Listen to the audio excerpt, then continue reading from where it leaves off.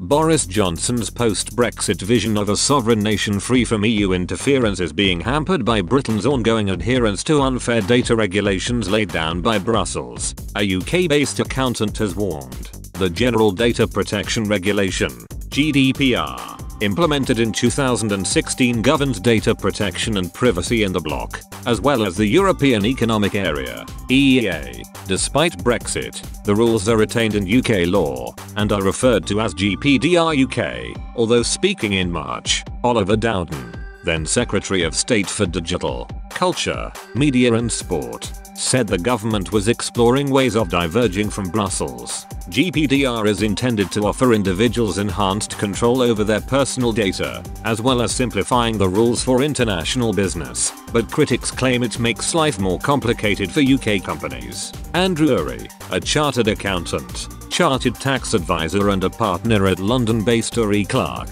told GDPR was set up with incredibly punitive fines, the greater of 4% of turnover or 20 million euros. It would appear the strategy was to set fines at a level to terrify everyone into compliance, he stressed. While this might make sense from an EU perspective, it really doesn't work for the UK. We tend to operate under the belief that fines should be relative to the scale of the issue. While personal data is sensitive, it has always been an incredibly unfair set of rules for small businesses. Some firms could not possibly have the necessary processes, staff or ability to comply adequately with the rules set down in the current legislation, and certainly not to pay onerous fines. He said, they can't even afford professional advice or find time to understand it, begging the question, what is the point? Mr. Urry said, the system needs to be more pragmatic in its nature. Should there not be a simpler, lighter version for all but the big boys? Or should it not just apply to the big boys first, and then work out something for the rest? This is particularly an issue for the UK,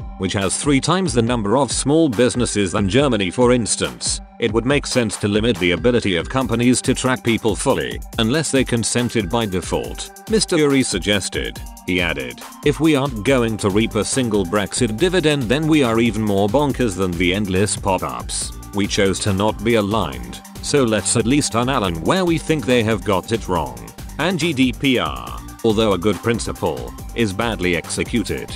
Divesting from GDPR will cut costs and make us a more efficient, more pragmatic country, attracting more business and fundamentally making the rules actually work better at an individual and company level. Mr. Urry emphasized GDPR was in principle a noble cause, i.e. that of protecting the individual from having their data unfairly used or held without their consent. However, he warned, whilst being an important first step, in practice it's frankly a bit of a nightmare for all involved, Mr. Urry explained. From the company's point of view, the information requests have generally come from disgruntled people using it as a weapon to harm the company. Companies were therefore required to respond very rapidly with huge quantities of generally meaningless data, he pointed out. He added, we have seen clients get requests from former employees, for instance, to produce every email that a person's name is ever on.